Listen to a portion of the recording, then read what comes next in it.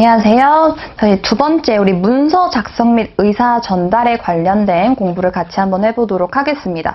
자, 우리가 여러 가지 업무를 맡으면서 이 문서를 작성하는 여러 가지 상황이 생길 수가 있을 텐데, 그럴 때 내가 전달하고자 하는 의사를 어떻게 적절하게 그리고 어떻게 정확하게 우리가 문서로 작성할 수 있는지, 자, 그리고 문서를 작성하는 것뿐만이 아니라 여러 가지 문서를 또 보게 될 수 있습니다. 그럴 때 정확한 의미를 파악할 수 있는지에 관련된 또 문제가 제시가 되어 있는데요.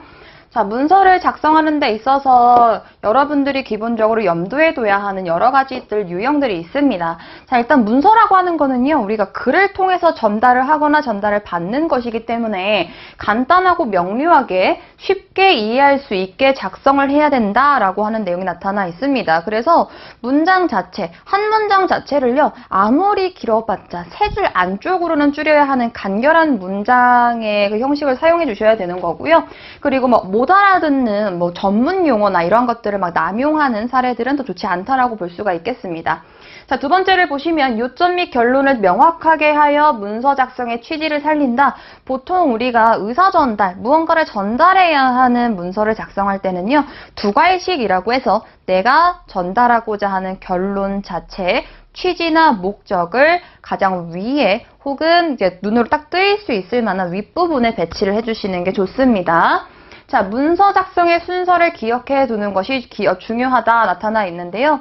자, 문서도요, 우리가 여러 가지의 종류가 있습니다. 공문서, 기획서, 보고서 여러 가지가 있기 때문에 기본적으로 문서의 종류와 특징을 파악해 주시는 것도 중요하겠고요. 짧은 문서는 결론부터 언급하는 두괄식으로 작성한다. 아까 2번과 비슷한 맥락의 내용인데요. 가장 두괄식, 머리의 윗부분에 서두에 제시를 해주시는 게 좋겠죠. 자, 큰 내용, 큰 제목으로부터 작은 내용, 작은 제목의 순서로 작성하게 된다라고 하는 것도 볼 수 있겠고요. 애매한 표현은 지양해야 된다. 자, 애매한 표현들, 모호한 표현들을 쓰게 되면 내가 전달하고자 하는 의미를 정확하게 파악할 수가 없겠죠. 자, 그리고 분명한 문장을 사용하되 장황한 설명이 필요할 경우에는 별도의 첨부 자료를 활용해야 합니다. 자, 내가 하고 싶은 말이 많고 전달해야 하는 말이 많아요. 그대로 쭉 쓰는 게 아니라 필요한 부분이라면 일단 간결하게 내가 전달하고자 하는 것만 딱 써주시고요. 그 나머지는 우리가 별도의 첨부를 통해서 전달하는 방식의 문서 작성 요령을 먼저 익혀두시고, 그리고 문제풀이로 같이 들어가 보도록 하겠습니다. 네, 1번 문제 같이 한번 보도록 하겠습니다. 다음은 보고서의 작성법을 지적하여 전과 후로 수정한 것이다. 이를 보고 판단한 올바른 의견을 보고서 모두 고른 것은 어느 것인가? 라는 문제에 나타나 있습니다. 자, 여기를 보시면 전과 후 바뀌어있는, 수정되어 있는 부분이 나타나 있고요. 이걸 보고 우리가 적절하게 고쳤는지 아닌지를 판단하는 또 보기가 제시가 되어 있습니다. 가부터 같이 한번 보도록 할게요. 재고 추진에서 추진은 불필요한 어휘임으로 생략한다 나타나 있습니다. 자, 전을 보시면 재고 추진, 그리고 후를 보면 재고, 추진이라고 하는 단어가 사라져 있다라고 하는 거 눈으로 파악해 볼 수 있을 텐데요. 재고라는 단어 자체는요, 이미 무언가를 쳐들어 높이다, 무언가를 발전하게 하다, 이러한 의미를 내포하고 있습니다. 자, 그렇기 때문에 추진이라고 하는 단어를 썼을 때는 의미의 중복이 생길 수 있는 불필요한 표현이에요. 그렇기 때문에 추진을 없애고 재고라고 하는 단어로 마무리를 지은 적절한 수정이라고 볼 수 있겠네요.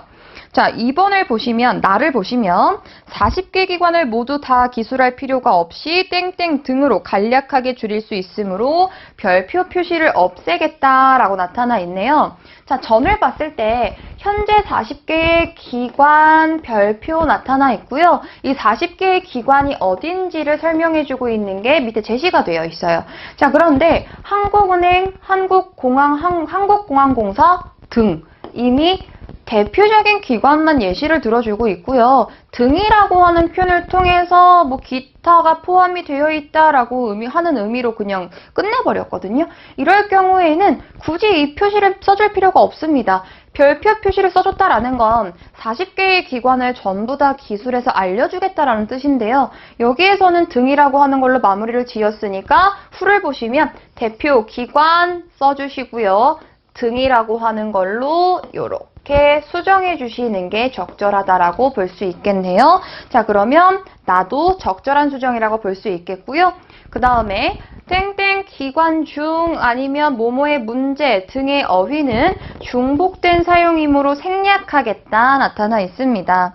자, 이 부분인데요. 좀 더 뒤에 보시면 나머지 기관 중이라고 하는 부분을 나머지는 이라고 수정이 들어갔어요. 자, 이 나머지라고 하는 의미 안에는요. 현재 40개의 기관만 집중 관리. 그래서 이 안에는 기관의 의미가 이미 포함이 되어 있습니다. 위를 보셔도요. 공공기관 자체 기록 관리 역량 제고예요. 그렇기 때문에 이 나머지도 기관의 의미, 뒤에도 기관의 의미, 기관과 기관이라고 하는 의미가 지금 겹쳐지고 있죠. 그렇기 때문에 기관을 없앤 나머지는 이라고 하는 걸로 지금 고쳐져 있음을 파악해 볼 수가 있겠네요. 뒤에도 마찬가지로 시설 미흡 등의 문제, 미흡이라고 하는 이 단어 자체에 이미 문제라고 하는 게 내포가 되어 있어요. 그렇기 때문에 굳이 문제라고 하는 걸 쓰지 않고 미흡이라고 하는 단어로 중복된 표현을 줄여줬습니다. 자, 그러면 가, 나, 다 지금 전부 다 맞는 상황이에요. 자, 그 다음에 라를 보시면 2015년 이렇게 괄호 속에 있는 그 연도 표시를 이야기하고 있는 건데요. 문서의 내용상 중요한 사항이라고 볼 수 없으므로 생략한대요. 자, 그러면 이 2015년이 가지고 있는 의미가 이 안에 들어있는가를 살펴봤을 때 자, 여기에서는 이 연도의 의미가 중요하지 않습니다. 의미를 파악하는 데 있어서도 전혀 사용이 되고 있지 않죠. 그러니까 굳이 헷갈릴 수 있는 요소, 저 연도를 왜 썼지라고 하는 의문을 갖게 하는 요소들을 애초에 없애주는 게 좋아요. 그래서 2015년은 문서의 내용상 중요하지 않습니다. 그래서 생략한다, 맞게 들어가는 거고요. 따라서 가나, 다라 전부 다 적절하게 고친 5번을 정답으로 찾아주시면 되겠습니다. 자, 2번 넘어가 보도록 할게요. 자, 2번을 보시면은요. 다음 기사문을 작성한 방식에 대한 적절하지 않는 설명을 찾아라 나타나 있어요. 자, 이미 우리가 문제를 파악하는 것도 굉장히 중요한데요. 기사문입니다. 기사는요, 사실에 관련된 내용을 전달하는 걸 우리가 기사라고 이야기를 하고 있어요. 자, 그랬을 때 우리가 적절하지 않은 설명을 찾아라 했을 때 자, 정답 5번으로 볼 수가 있는데요. 인공지능 기술을 접목시킨 첨단 아이템임을 강조하였다. 지문의 내용을 보시면 알겠지만 인공지능과 관련된 서술은 없다라는 거 파악해 볼 수가 있겠습니다. 자, 이 내용 자체는요. 물론 기사문과 관련된 내용이었지만 내용을 살펴봤을 때에도 사용되지 않는 단어가 있다라는 거에 염두에 두면서 문제 풀어보시는 거 접근하는 방식 중에 하나라고 볼 수가 있습니다. 자, 그 다음에 3번, 4번 문제 넘어가 보도록 할게요. 이어지는 물음에 답하시오 나타나 있고요. 3번 문제는 윗글의 가와 나 단락 사이에 들어갈 말로 적절한 것을 찾아라 라고 나타나 있어요. 자, 그러면 가는요. 한 나라의 경제력이나 쭉쭉쭉 나타나 있습니다. 그래서 그걸 파악하는 걸 무엇을 가지고 할 것이냐와 관련이 되어 있는 거 그걸 설명해 주고 있는데 자, 뒤에는 보시면 자, 뭐뭐에서 넘었다고 해가지고 중국 국민이 일본 국민보다 잘 산다고 평가할 수 없을 것이다. 자, 그리고 어떤 나라의 철강 생산량이 크게 증가했다고 그 나라의 전반적인 경제활동이 활발해졌다고 단언하기는 곤란하다.